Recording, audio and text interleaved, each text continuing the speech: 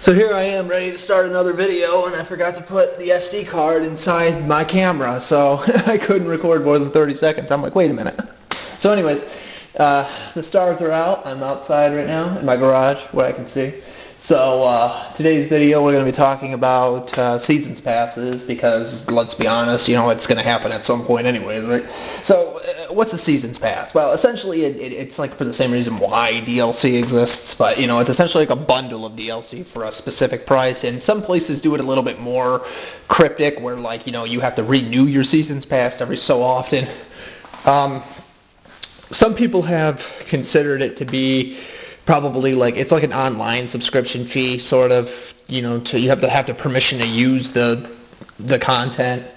Some examples of this would be like EA. EA was really the major problem at the time when they were doing this, Electronic Arts. But then you had companies like Activision started doing it, Bungie started doing it. I'm trying to think of the people that made Halo. They started doing it with Halo in some regards. I think it was Bungie. Yeah, Bungie still owned which, you know, I love the Halo series. I really did. I thought it was really cool. You know, very futuristic, going to other planets. You know, it was really cool. You know, Halo series had some really interesting science fiction technology, like, you know, like the solar shields and all that. But Destiny had really. I really like Destiny, but you know, I tell you, man, they ruined it. They really did ruin it with those microtransactions and loot boxes. And the same thing in seasons passes. You know, I mean, again, if you're going to make DLC, see, the thing with this is probably going to be the hardest one to explain, because, you know, because seasons passes, really, how can seasons passes really exist? Well, seasons passes really shouldn't exist to begin with, because they're just a fee to use certain content in an attempt to buy everything.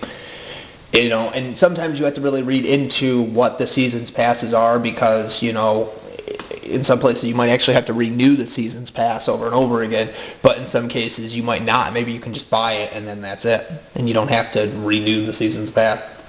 I'm not sure if Overwatch has a seasons pass, but you know, but again, it's like you're better off just buying the DLC for like whatever games require it, if you can't get it by any means, or maybe just wait until someone leaks it on the internet. Because again, if you buy the game legitly, and again, where I'm from, it's perfectly legal. You know, but I should be able to get that DLC for free because, you know, it was on the disc. You know, if you pay for, like, again, if you pay for a game, right, and that game is worth, let's say, a lot of money, you know, $60, you know, and that content that's coming right out of it should be for free. And the same thing with seasons passes. If you're buying a seasons pass for a game that for DLC that actually was with the DLC in the game that was already from the disc, then that seasons pass shouldn't exist there, because that content should already have been on the disc. If you kind of see what I'm saying here, you know, I know it kind of sounds like there's a lot to take in at once, but it's but again, you know, seasons passes are crazy. Like, and there's even been some games where like they had seasons passes for DLC, and it was actually more than the game itself cost. Like, for example, like Fire Emblem Echoes, Fire Emblem Echoes for the 3DS. I'm sure it was a great game, but you know, but again, you know, what did Nintendo do with it? You know, it was like $45. All the DLC was, maybe a little bit more, and it was funny because the game itself was only $39.99. So you had to pay more money for all the DLC and all that, and I bet you it was even less content. And that DLC should have been in the game to begin with. Like, it was content from the original game. And it's crazy just how many companies really they just look at this and they're like, you know what, we can just do this and get away with it because it's just like that. But it really makes you wonder. It really does. Like, how these companies come up with this, and wow, man, they just succeeded at it somehow. But I don't know. Like, seasons passes in general. Like, again, you know, I guess I can find a way for them to exist if we really had to. But really, I think the best way that they should just not exist to begin with, because again, you know, a seasons pass by definition it's like a bundle of DLC. Now, unless of course you know, that DLC is all free. But again, if it's all free, why not just be able to download it individually anyways? You know, what's really, it really shouldn't have to be like a special deal or a hidden fee. I mean, again, you're talking about content that shouldn't exist, and there's a better way to do it. If put it on the disc, sure, but at the same time, though, if it's going to be free, people should be able to just download it. They shouldn't have to have a free to download it. Otherwise, what's the fee for? It's I mean, fee to pay or players to play, or free to pay and pay to win tactics, again, microtransactions, even those don't even go hand over fist. I mean, I guess you could say if you really wanted a season's pass for like certain DLC, again, I guess a game could be free and then like you could charge for the DLC, but then again, if downloadable I mean, again, if it's content that's supposed to be on the game, whether it's free or not, I guess if it's content that wasn't in the game, because again, that would be really hard, especially in this day and age, to really prove to people. Because again, if somebody came out with a game that was over, I'm just trying to think how to put this. Like if you had a game that was roughly like free, and then you had somebody came out with DLC that actually cost money. I mean, how could you really tell if that disc, it was supposed to be DLC on the disc, or if it was just a digital download? How are we really supposed to know if it was from the game itself, or if it was just new content eventually added in? You know what I mean? Or maybe they play their cards right and they wait later on to release it, and it was actually content that was actually originally in the game, but not. It's like sometimes you really can't tell, but the way game designers go ahead and release it so soon, like The Legend of Zelda Breath of the Wild. I mean, I'm sure it was a good game for people, but here's the thing, though. When they had all that season pass, and then they had the DLC, you had content. They were telling us 2 weeks before the game came out that there was going to be a season's pass, implying that there was going to be DLC you had to pay for. And I know some people say, oh, it's just $20 more, sure.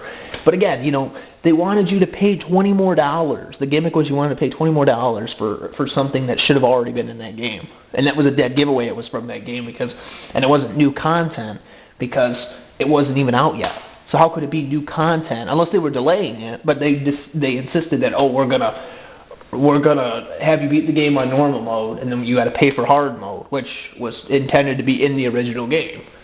So how is it that you should pay $20 more for something that maybe is only like a small chunk of revenue, instead of actually, getting rid of and maybe instead of improving factors that should have existed, they find a way to charge you for something that should have been in the game to begin with. See, this is why I wait until the DLC comes out, because it's legal for me to do this, and I don't have to pay. Because you never know, maybe the DLC is eventually free, because there might even be a version take Batman Arkham Asylum, for example, or when it got the Best Year award and they released all the DLC with it. People didn't have to go out and buy all the DLC then. Because I think Warner Brothers was actually doing that at the moment. They released the game, they had all this DLC, and I mean, it was really good DLC, but I mean, it was probably content that was originally, again, in the game, and it shouldn't have been charged for to begin with. But then they released the best number edition, the Game of the Year edition. I'm just drawing a blank, sorry, and it had all the DLC, so that's cool.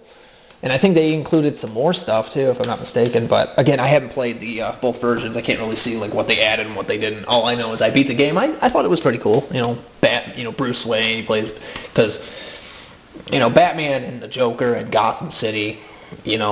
It's always a real interesting series. A lot of people love Batman, a lot of people love the Joker, but it's just and there's certain points in Gotham City's history that you pretty much already know how it's going to play out. Gotham City's it's a great place, but it was ruined by criminal thugs and all that. And then you have Bruce Wayne, who's a $1 billion, and that's why a lot of people love they love Batman, and they always loved the Joker, because there were very memorable moments throughout the whole trilogies, whether it was the movies, the animated series, the multiple ones that they did. It's just, they had a huge history of expanding on those two characters and building this whole utopia around, or not utopia, but rather this whole civilization around it. People getting killed, people get hurt, and the police are struggling to fight the criminals in Gotham City. Again, like the Penguin, for example, he had like the machine gun cane, and and then you had like the Scarecrow, who was like a psycho. It was like Psycho Mantis out of Metal Gear. Then you had Poison Ivy, the Freeze, and then when you really look into these villains, if you really could learn something from Batman, it was like, you could really understand. You could learn like all the villains were like haunted by their pasts, and they took it out by making all their other people suffer because they thought that they wanted people to realize what they were seeing and stuff like that. And the Joker was another really good example of this, because that's really like the only way to explain like how he goes from being, he was completely fine one day, and then he turned into a complete nut job that's been in the insane asylum many times, and he's just like this criminal mastermind that always tries to kill people, but he always wants to make people laugh instead. But it's like, when Batman gets his hands on him, he always kicks his ass, and there's really not much he can do about it, because Batman's stronger than him. But it's interesting. It really is, like how the creators of Batman and the creators, just essentially how they managed to keep that going over the years, and people just look at it and they're like, yeah, this works. Another good example would be like the Teen Titans, for example, with Slade Wilson and all that, and how they brought Robin into the whole thing, and because again, Robin was always a sidekick to the original Batman, and it was really, and even like tribute goes to like Mayor West or Adam West when he was still alive. Still can't believe he passed away. But there's like just so many different reincarnated versions of like Batman, and Warner Brothers, definitely one of Warner Brothers' biggest series that they own the rights to, or DC Comics. I think DC Comics has more rights to it than Warner Brothers does, but then again, I might be wrong. I'm not sure if does Warner Brothers own DC Comics and Marvel? Oh no, wait, Disney owns Marvel now. But DC Comics has some really interesting dark villains and heroes, and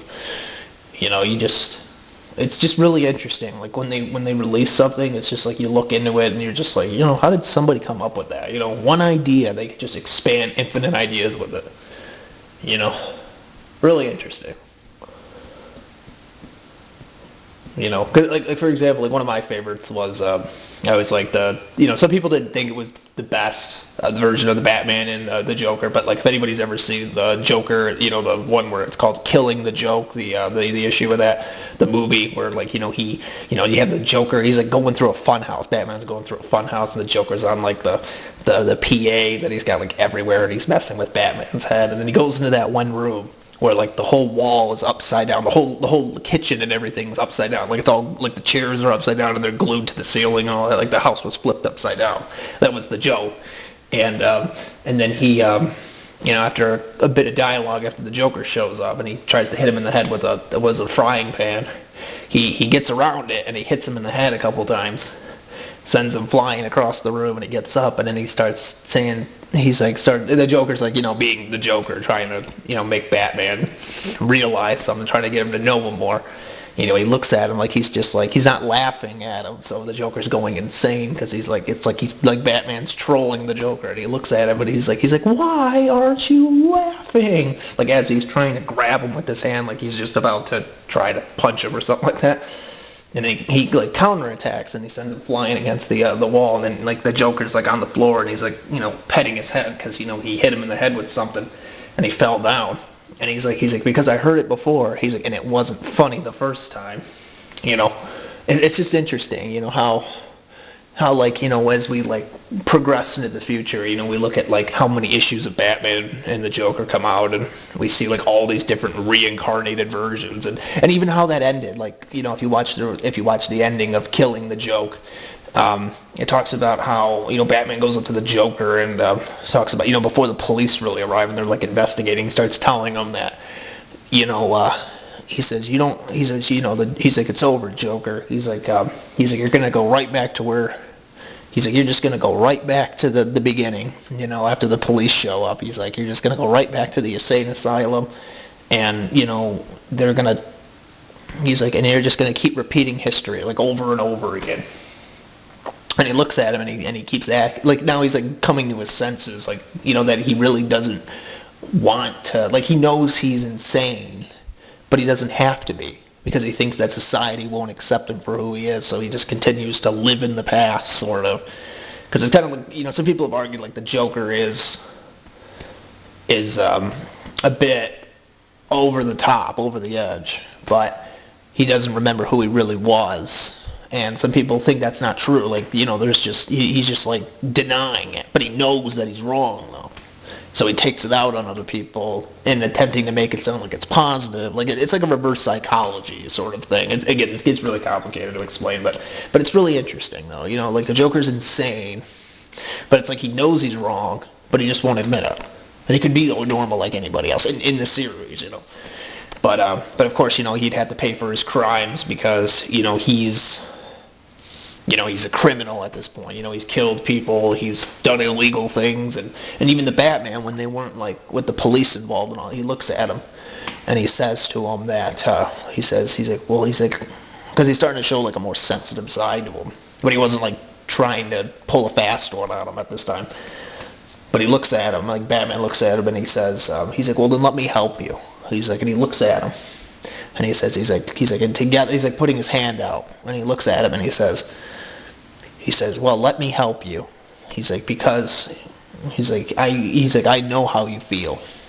Like, you know, he doesn't want to keep fighting. He keeps telling him, he's like, he doesn't want to kill him. He doesn't want to, you know, even though he will fight him if he has to.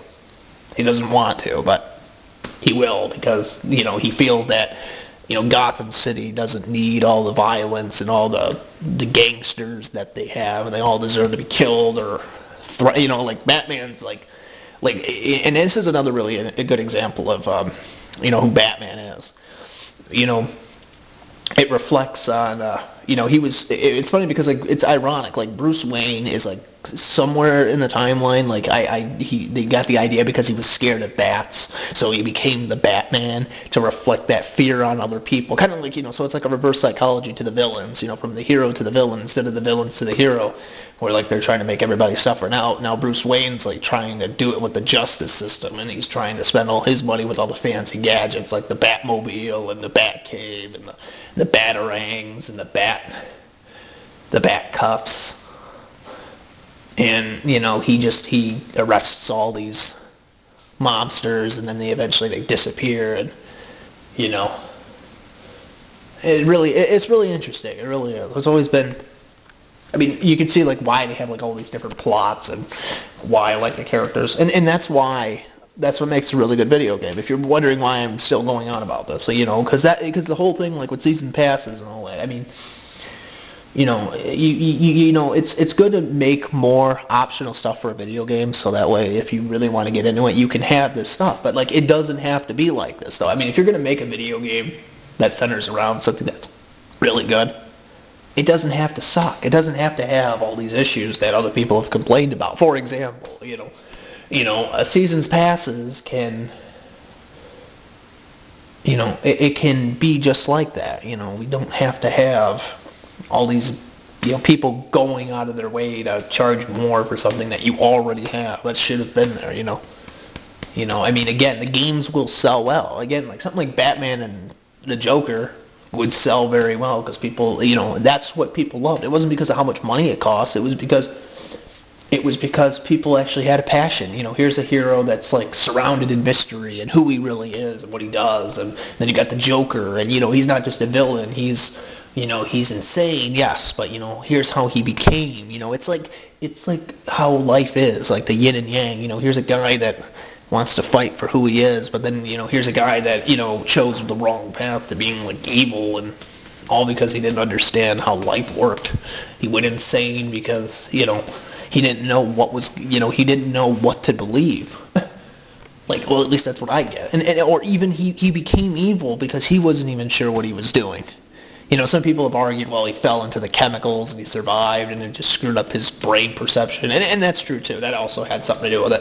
But it's also weird because I think the biggest thing that really screwed a lot of people over out of trying to figure out the identity of the Joker was another story. You know, some people say that his first name was Jack. And, you know, Jack something. So it's really interesting because, like, you know, some people have argued you know, it's like the Joker killed Batman's parents. But at the same time, though, after Batman found out who the Joker really was, some people have argued. I mean, even though Warner Brothers hasn't come out and said that it's canon, or the creators of Batman at least, but some people have stated that Batman actually knew the Joker at some point. Maybe he was somebody he was really good friends with, but hasn't seen him in years or something like that. You know, there's like all these interesting theories people have about like who he is, and it just really makes it more interesting. Like, he knew him at one point, but he forgot about him. And then again, like the Joker, like, you know, he was, you know, Batman was gonna help him out, but like, then he came to the realization, like, he didn't remember who the guy was, like, off the top of his, like, what his name was, but he just remembered what his face looked like. And he looked at him and he's like, well, that's the guy who killed his parents, and they threw him into those chemicals because they thought he deserved to die. And then he survived it, and then he became the Joker and the Batman. So it was like a weird twist of events in a fantasy that turned out that the Joker and Batman would have like this constant rivalry. No matter how much time and effort went by, he would still be there. Which is really interesting, because, you know, no wonder the Batman series became so popular over the years. And then you add a story, and you add a you know, it just all by itself really kind of gave more meaning to the whole Batman universe. Very amazing. It really is.